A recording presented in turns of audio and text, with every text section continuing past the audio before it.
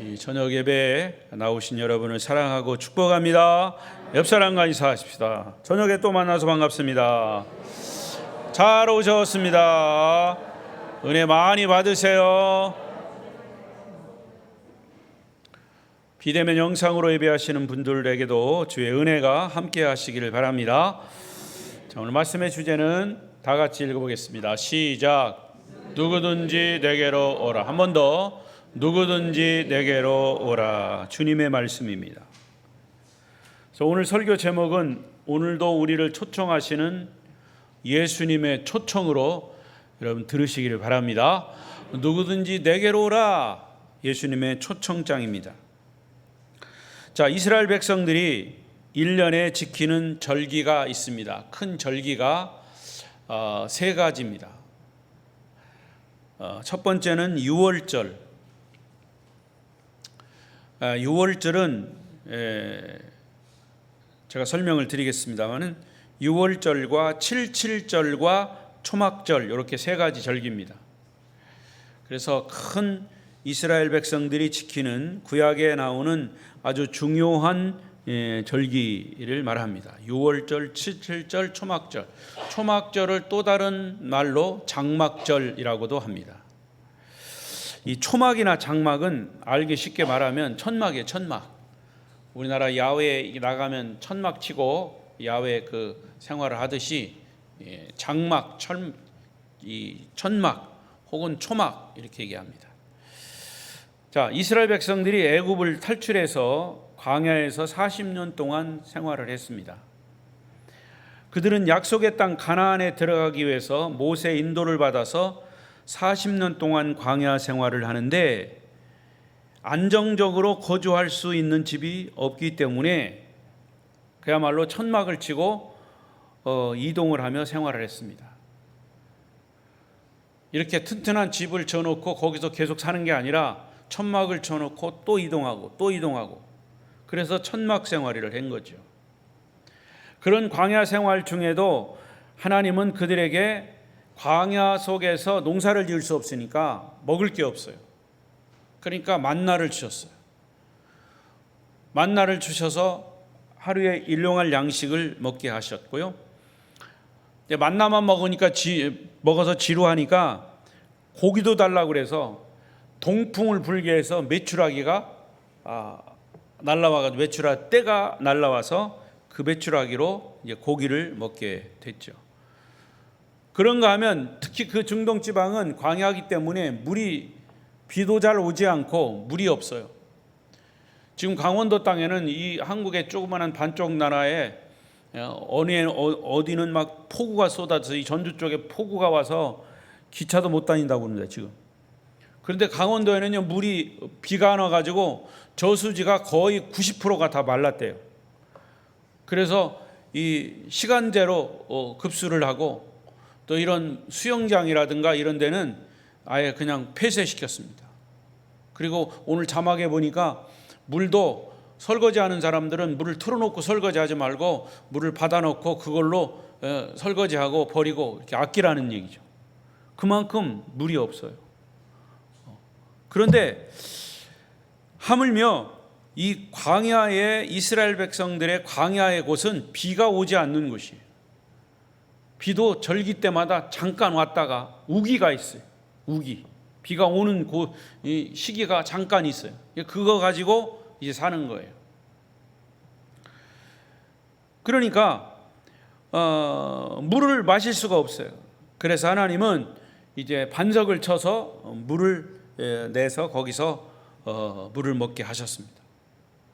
그러니까 이스라엘 백성들은 광야에서 40년의 장막 생활을 통해서 모두가 하나님의 은혜가 아니면 그들이 살 수가 없는 거죠. 메추라기, 만나, 생수, 불기둥, 구름기둥. 낮에는 너무 뜨거우니까 구름이 끼지 않으면 더워서 살 수가 없어요. 밤에는 또 너무 추워가지고 불기둥이 아니면 불이 없으면 살 수가 없어요. 하나님이 그렇게 시시때때로 인도하셨어요. 그런 모든 하나님의 인도하심을 생각하고 광야 40년 동안 백성들을 인도하셨다는 것을 기념하기 위해서 그 후손들은 7일 동안 대축제를 엽니다. 그것이 바로 3개 절기 중에 하나인 초막절 혹은 장막절입니다. 민족의 대축제죠.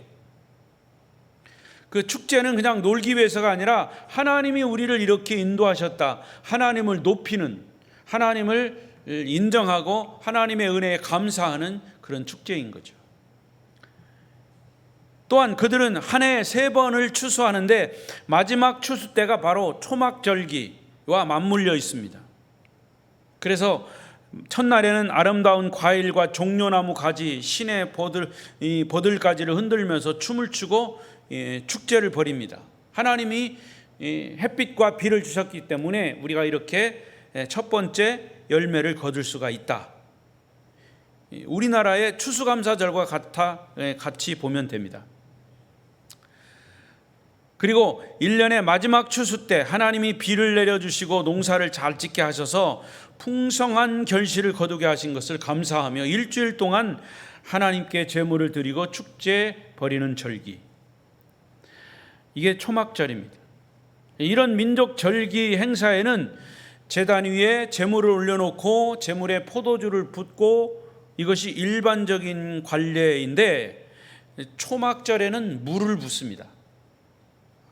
물이 귀한 나라이기 때문에 제사장들은 사람들과 함께 실로암 연못에 가서 물을 길어다가 제단의 제물에 물을 붓게 합니다. 그러니까 이 이스라엘 백성들은 제단에 제물에 물을 부으면서 구약의 이사야서와 시편을 낭송합니다. 뭐라고 낭송하냐면, 낭송의 내용은 그렇게 어렵지 않습니다. 간단합니다. 하나님 풍성한 비를 주시고 풍성한 햇빛을 주셔서 감사합니다. 그래서 우리가 농사를 잘 졌습니다. 하나님의 은혜에 감사합니다. 내년에도 풍성한 비와 햇빛을 주셔서 농사를 잘 짓게 해주십시오. 이게 그들의 축제예요. 그러니까 초막절 축제는 일주일 동안 계속됩니다. 그래서 마지막 날은 큰 날로, 여기 큰 날이라고 하는 표현이 있습니다. 마지막 절기 끝날은 큰 날이다. 큰 날로 축제는 절정을 이루고 사람들이 종려나무 가지를 흔들면서 춤을 추고 흥겨워할 그런 시각입니다. 자, 이렇게 흥겨워할 즈음에 그런 시각에 딱 맞추어서 예수님께서 그 자리에서 벌떡 일어나셨어요. 그리고 그 무리를 향해서 선포하십니다. 그 선포하신 말씀이 37절이에요. 37절 시작. 명절 끝날 곧 누구든지 목마르거든 내게로 와서 마시라. 초막절 마지막 날 행사에 모든 사람이 축제의 흥에 취해 있을 때 예수님이 자리에서 벌떡 일어나셨어요. 그리고 큰 소리로 사람들을 초청하시는 거예요. 누구든지 목마르거든 내게로 와서 마시라. 자, 그런데요, 여러분, 이 말이 그냥 인간의 어떤 지식으로 들으면 잘 이해가 되지 않아요. 목사님이 아니라 예수님이 무슨 샘물인가? 예수님에게 와서 마시라고? 잘 이해가 되지 않죠. 우리는 이미 알고 있는 사실이지만 그 당시에 그 사람들에게는 이 초청, 예수님의 초청이 무슨 뜻인가 이해가 되지 않았어요. 예수님의 이 초청장은 수시로 우리들에게도 보내시는, 우리 개개인에게도 보내신 그런 초청장입니다. 여러분, 성경 66권 전체를 한마디로 표현하면 인류를 향한 하나님의 초청장이에요. 할렐루야. 그게 성경이에요. 비록 인간이 하나님을 떠나 세상에서 죄악된 삶을 살고 있지만 하나님은 온 인류를 향해서 지금도 이렇게 초청하시는 거예요.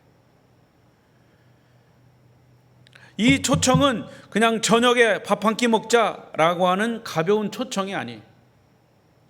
예수님의 초청은 영원히 행복하고 영원히 천국에서의 평안을 누리는 영원의 초청임을 믿으시기 바랍니다. 자, 잘 아시는 대로 마태복음 11장 28절 주님의 초청이 또 있습니다. 시작. 수고하고 무거운 짐진 자들은 다 내게로 오라. 내가 너희를 쉬게 하리라. 할렐루야. 이 초청은 너무나 반갑고 영광스러운 초청입니다.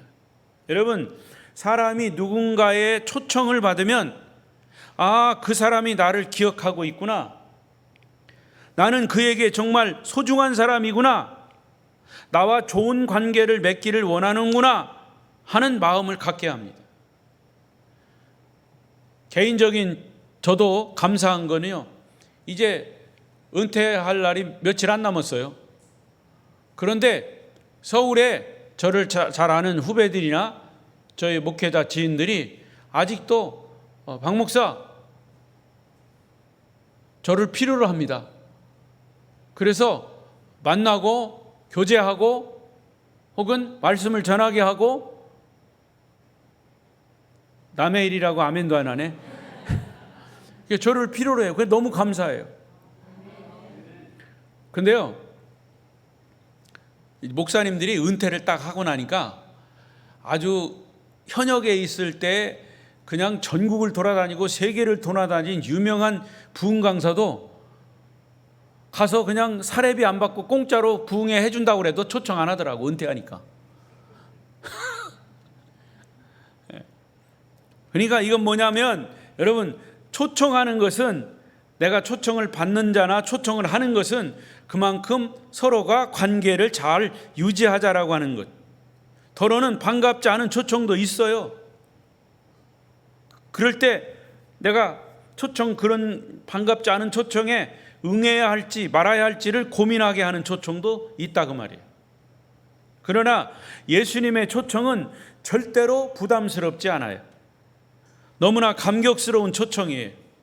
이 주님의 초청은 어떤 절망이나 어두움에 빠진 사람들에게는 희망을 주는, 빛을 주는 구원의 초청임을 믿습니다.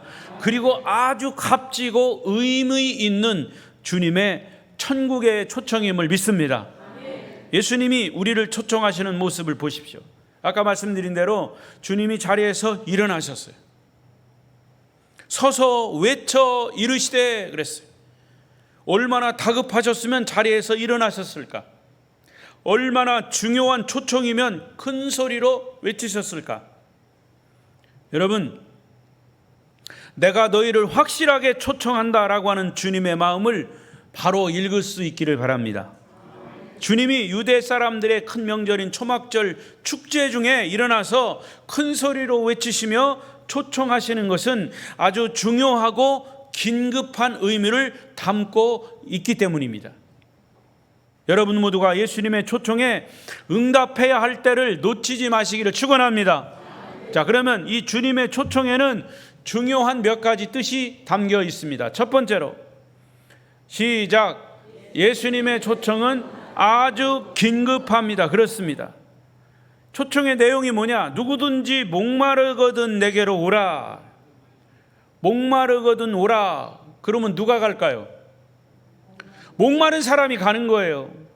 목이 말라서 갈증을 느끼는 사람은 아주 긴급하게 물을 찾게 되어 있습니다. 지금 바로 물을 마셔야 할 그런 갈급한 사람, 그래야 갈증이 심한 사람이 지금 물을 마셔야 갈증이 풀리는 거죠. 사실은요, 스스로 못 깨달으니까 그렇지 지금 이 세상 모든 사람들에게는 이런 영적인 갈증이 있는 거예요. 나를 구원해 달라고 하는 그런 갈증이 있어요. 그런데 갈증을 못 느끼고 있거나 또 갈증이 있어도 어디 가서 이 구원을 요청해야 할지 모른단 말이죠.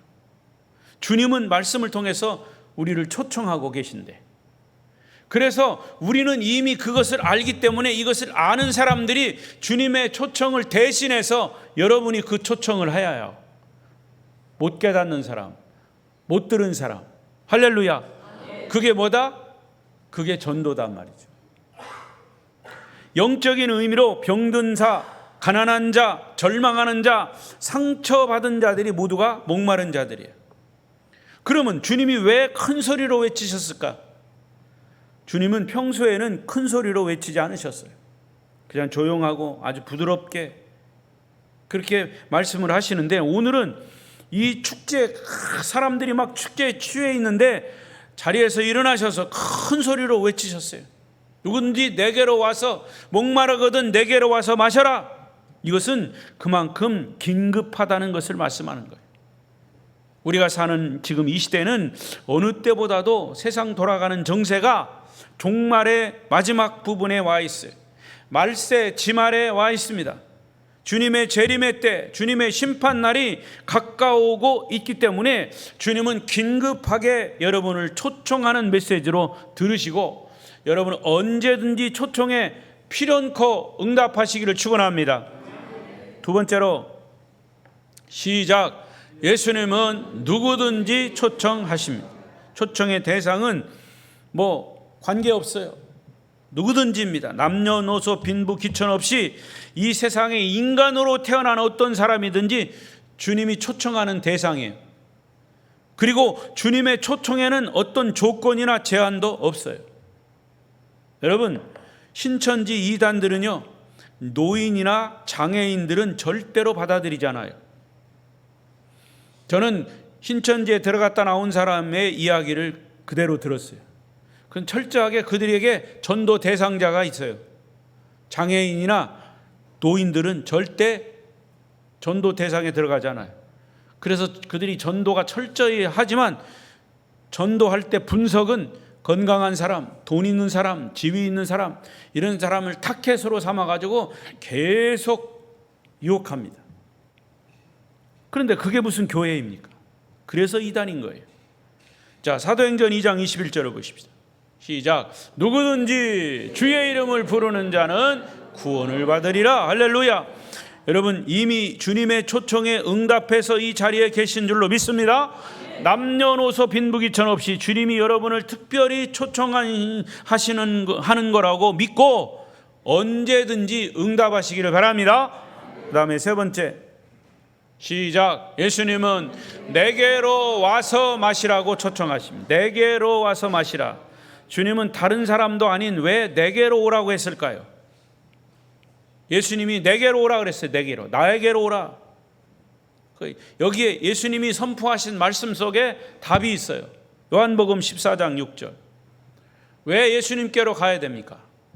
14장 6절인데, 자, 성경을 찾아보겠습니다. 14장 6절. 14장 6절. 여러분 잘 아는 말씀. 14장 6절 찾았습니까? 시작. 내가 곧 길이요 진리요 생명이니 나로 말미암정코는 아버지께로 올 자가 없느니라. 할렐루야. 바로 여기 이게 답이에요. 왜 내게로 와서 마시라 그랬어요? 예수님은 우리가 갈 수 있는, 따라갈 수 있는 길이요 진리요 생명이기 때문에.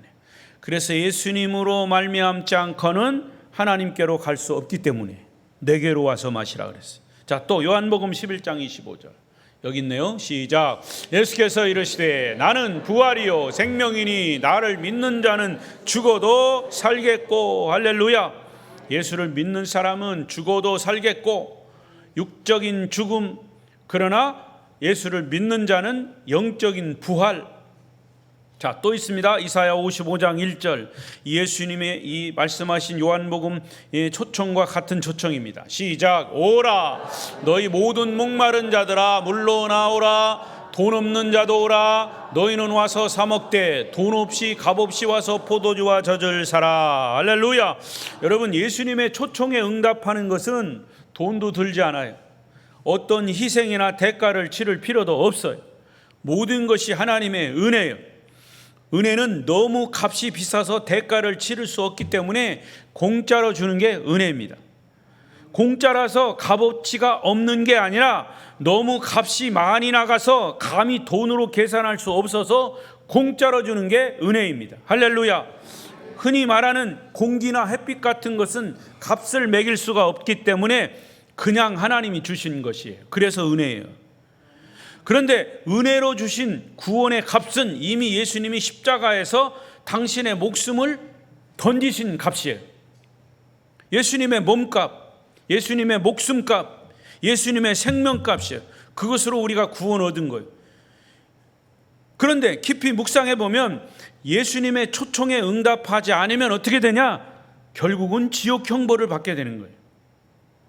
그래서 주님의 초청은 필히 응답해야 할 초청임을 믿습니다. 거기에 초청에 응답하지 않으면 내가 초청에 응답하든지 말든지 내가 결정하는 거다. 물론 본인이 결정하는 거지만 그러나 그 결정을 하는 것과 하지 않는 것은 천국과 지옥 차이입니다. 그래서 꼭 그 초청에 응답해야 할 것을 말씀하는 거죠. 결론이 나 있기 때문에. 천국 초청에 응답하시기를 축원합니다. 네 번째로 시작. 예수님은 초청에 응답하는 방법을 알려주셨습니다. 자, 38절에 본문 38절 시작. 나를 믿는 자는 성경의 이름과 같이 그 배에서 생수의 강이 흘러나오리라 하시니, 예수님의 초청에 응답하는 방법이 뭡니까? 뭐라고 그랬어요 여기? 그렇죠. 나를 믿는 자는 그랬어요. 예수님의 초청에 응답하는 것은 예수님이 길이요 진리요 생명이요, 예수님이 구세주요, 이것을 믿는 거래요. 믿는 거. 방법이 뭐 어렵지 않아요. 예수님을 구세주로 믿는 거, 예수를 구주로 믿는 것이, 그런데 사실은 결코 쉽지 않아요. 예수를 믿는 것이 인간의 지식이나 경험이나 이성을 초월하는 신비한 것이기 때문이죠. 제가 누누이 말씀드리지만 내가 믿는다, 믿습니다, 믿습니다, 막 춤을 튀어가며 믿습니다 해서 믿어지는 게 아니에요. 사실은 결국에는 성령이 나를 깨닫게 하셔서 예수 그리스도가 나의 구세주인 것이 믿어지는 거예요. 따라하십시다. 믿음은 믿어지는 것이다. 할렐루야. 그래요. 내가 막 지식적으로 믿고 싶어도, 이해하고 싶어도 이해되지 않는 게 신비해요. 그러나 딱 성령이 믿어지게 하면 그 순간부터 변함이 없는 거죠. 여러분, 저는 솔직히 수십 년 동안 목회하면서 믿습니다, 믿습니다 하고서 막 은사도 받고 뭐 역사가 나타나고 막 이런 경험을 한 사람도 언제 어느 때 내가 믿었냐 하고서 그냥 교회를 떠나고 믿지 않는 사람들도 많아요. 그런 사람은 정말 성령이 역사했을까? 나는 그런 사람, 어떤 성령의 역사로 했다고 해도 나는 내 개인적으로 보면 악령이 역사한 거예요. 성령이 역사해서 그렇게 믿음을 가졌다면 그들은 절대로 세상으로 나가지 않아요. 시험에 들었다가도 다시 돌아오죠. 아멘. 이게 진짜 믿음인 거예요. 여러분, 예수 그리스도는 인간의 지식으로 알고 나서 믿는 것이 아니라 믿고 나서 아는 것이, 그게 믿음입니다. 알고 나서, 지식적으로 내가 알고 나서 믿는 게 아니라, 이해하고 믿는 게 아니라 믿음을 갖고 나면 이해가 되고 깨달아지는 것입니다. 할렐루야. 그러니까 사람의 이성으로는 만들 수 없는 것이 믿음이에요. 사람이 예수님을 구세주로 믿고 마음속에 영접하고 모시는 것이 우리가 초청에 응답하는 것인데, 지금 예수님을 믿고 영접하면 그분에 대해서 깊이 알고 구원을 받습니다. 인간의 이성이나 경험으로는 예수님을 다 이해할 수 없어요. 예수님은 인간의 이성, 경험, 학문으로 분석해서 믿는 분이 아니에요. 인간이 전지전능하신 하나님을 아는 유일한 방법은 오직 예수 그리스도를 구세주로 믿는 길밖에 없는데, 내가 믿고자 하면 어느 순간 성령이 나를 믿게 하십니다. 할렐루야. 그래서 성령의 기름 부음이 필요한 거죠.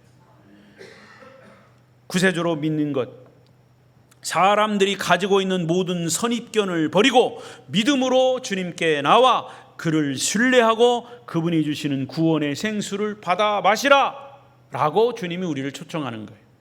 그래서 예수님을 떠나서는 인간이 가진 모든 갈증을 해결할 수 없어요. 갈증을 해결할 수 없어요.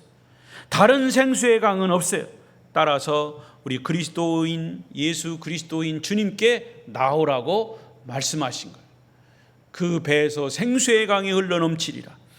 여러분, 그분의 강에서, 배에서 생수의 강이 흘러넘쳐서 그 강물을 마시라라는 것, 그것도 좀 그냥 듣기로는 이해하기 어려운 부분이에요. 생수의 강은 뭐냐? 하나님의 말씀이에요. 말씀. 그의 생명수를 받아 먹으면 우리가 구원받고 예수 그리스도가 나의 구세주인 것을 확신하게 됩니다. 거기서 기쁨이 있고 희열과 감격이 생기는 거죠. 그 생명수가 초청의 열매인 줄로 믿습니다. 자, 그러면 성경의 기록을 보십시오. 시편 78편 15절 16절 시작. 광야에서 반석을 쪼개시고 흡족하게 마시게 하셨으며 또 바위에서 시내를 내사 물이 강같이 흐르게 하셨으나 할렐루야. 또 스가랴 14장 8절 그날의 생수가 예루살렘에서 솟아나서 절반은 동해로 절반은 서해로 흐를 것이라.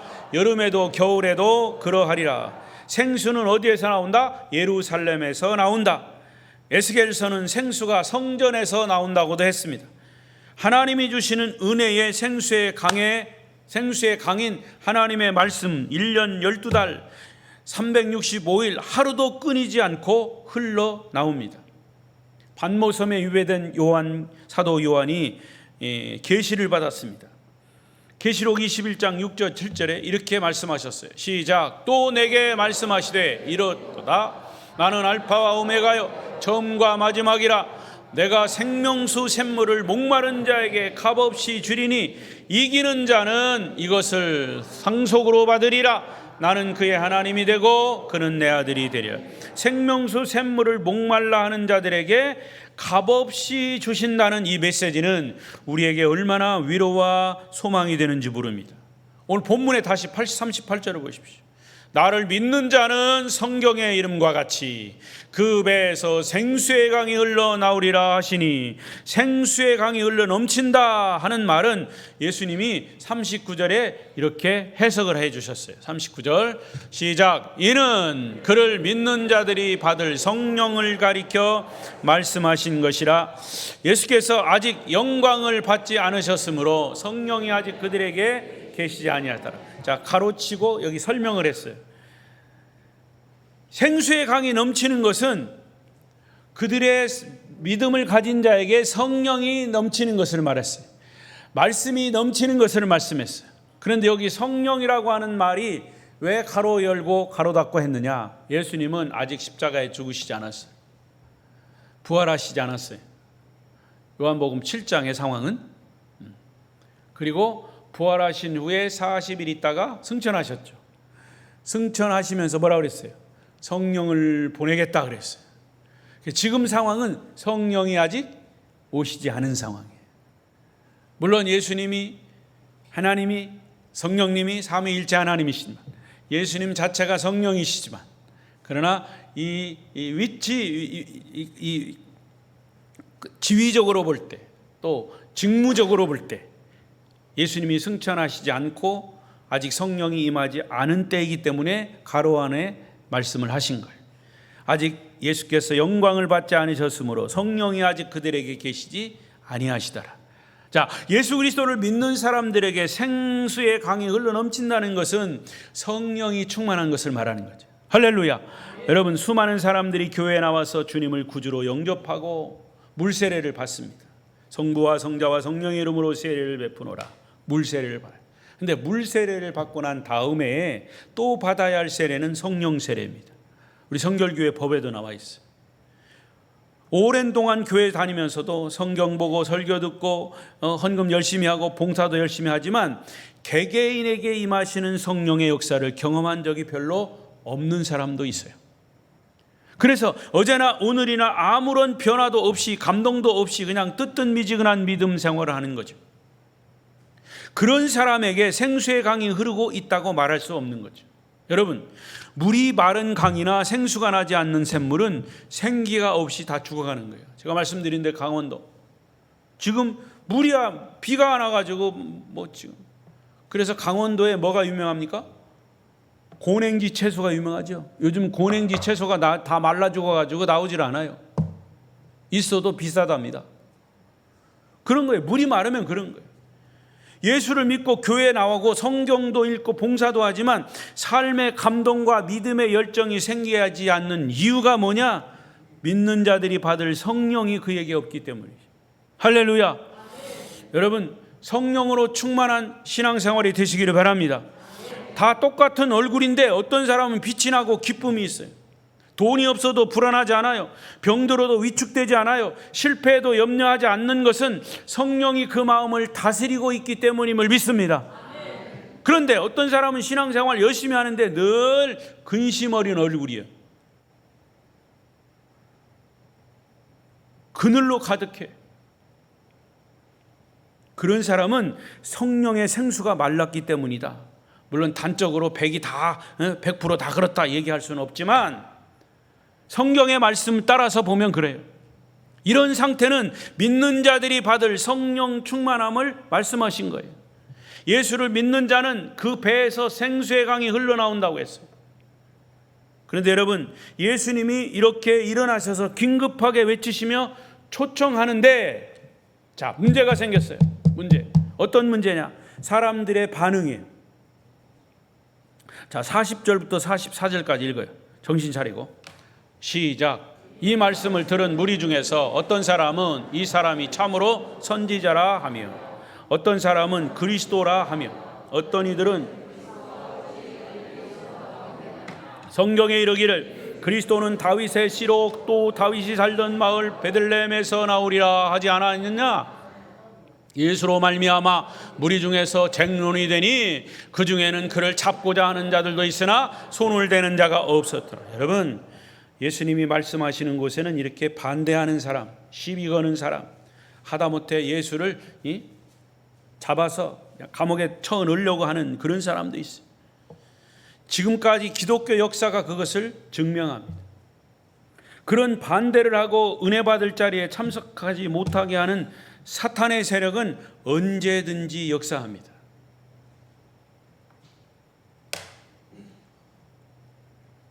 제가 정치적인 얘기는 안 하지만 미국이 아니라 저 부산에 어느 교회 목사님이 지금 수사 대상에 올랐어요. 내일이 이 양반을 구속할 것인가 말 것인가 구속 심사를 해가지고 구속한다는 거예요. 정부에서. 왜 구속을 해야 되는지 저도 모르겠어요. 교회를 경찰들이 압수수색하고 지금 그러고 있어요. 여러분, 제가 알기로는요, 지금까지 역대 정부 중에서 교회를 박해한 군사 정부에서도 교회를 박해한 적은 없어요.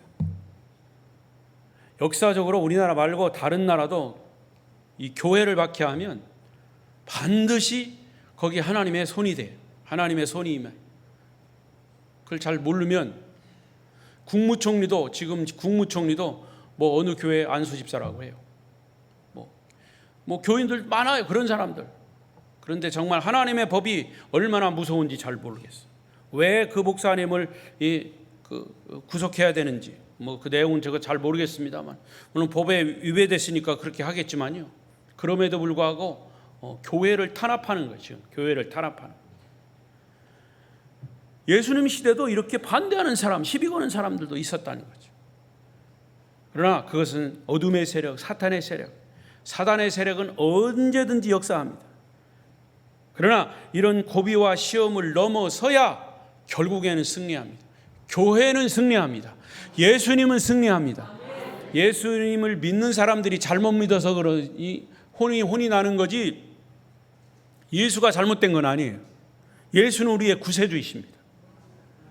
여러분에게도 주님의 초청에 응답하지 못하게 하는 그런 사단의 세력은 언제든지 강하게 나타납니다. 그런 반대 세력을 성령 충만으로 물리치시기를 축원합니다. 주님이 도와주실 것입니다. 다시 한번 여러분에게 예수님의 초청장을 읽어드립니다. 누구든지 목마르거든 내게로 와서 마시라. 나를 믿는 자는 성경에 기록된 대로 시편이나 스가랴서나 이사야의 말씀처럼 이스라엘 백성들이 광야에서 생수를 마실 때처럼 인생의 모든 갈증을 해결할 것이니라. 할렐루야. 이제 말씀을 맺겠습니다.